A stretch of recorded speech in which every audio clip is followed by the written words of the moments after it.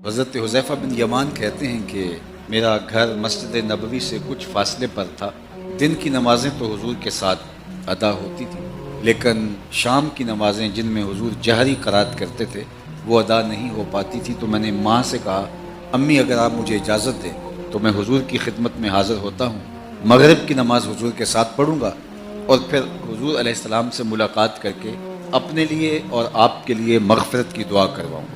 لالچ بہت اچھی تھی، تو ماں نے کہا پتر میں اجازت دیتے ہیں۔ تو حضرت حذیفہ کہتے ہیں میں حضور کی خدمت میں آیا اور حضور کے ساتھ مغرب کی نماز پڑھی۔ سلام پھرا تو میری آرزو تھی کہ میں حضور سے عرض کروں کہ میرے لیے، میری ماں کے لیے مغفرت کی دعا کرو، لیکن حضور ایسے مشغول ہو گئے اوراد و وظائف اور نمازوں میں کہ عشاء کا وقت ہو گیا، اور میں باوجود چاہنے کے ایسا موقع نہ پا سکا کہ میں آقا کریم سے عرض کرتا کہ میرے لیے اور میری ماں کے لیے مغفرت کی دعا کیجیے۔ خیر، عشاء کی اذان ہوئی، آقا کریم نے نماز عشاء پڑھی، سلام پھرا، حضور علیہ السلام نے رخ کیا حجرہ انور کا۔ جن لوگوں نے مسجد نبوی کی زیارت کی ہے وہ جانتے ہیں کہ ممبر نبوی سے حجرہ عائشہ کا زیادہ فاصلہ نہیں ہے، چند سیکنڈ لگتے۔ تو حضور نے حجرہ انور کی طرف رخ کیا تو حضرت حذیفہ کہتے ہیں کہ میں حضور کے پیچھے چل پڑا۔ چونکہ بہت تھوڑا وقت تھا تو میں تھوڑا تیز چلا تو میرے قدموں کی آہٹ پیدا ہوئی۔ تو آقا کریم نے رخ پھیرے بغیر فرمایا میرے پیچھے کون آ رہا ہے، اور پھر خود ہی فرمایا کیا حذیفہ تو نہیں؟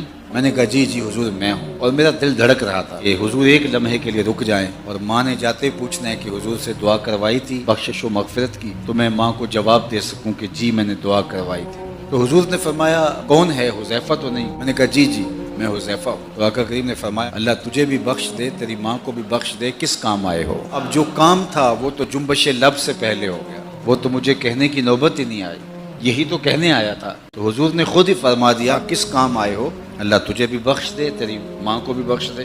اب میں سوال کیا کرتا، سوال تو اس کا جواب بھی مل گیا۔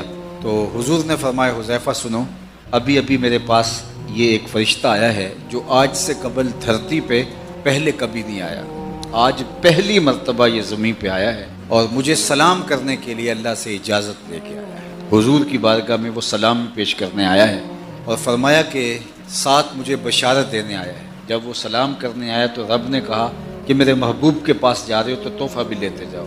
تو اس فرشتے نے آ کے حضور کو بشارت دی، اور حضور کس کو بیان کر رہے ہیں؟ حضرت حذیفہ بن یمان رضی اللہ تعالیٰ عنہ کو۔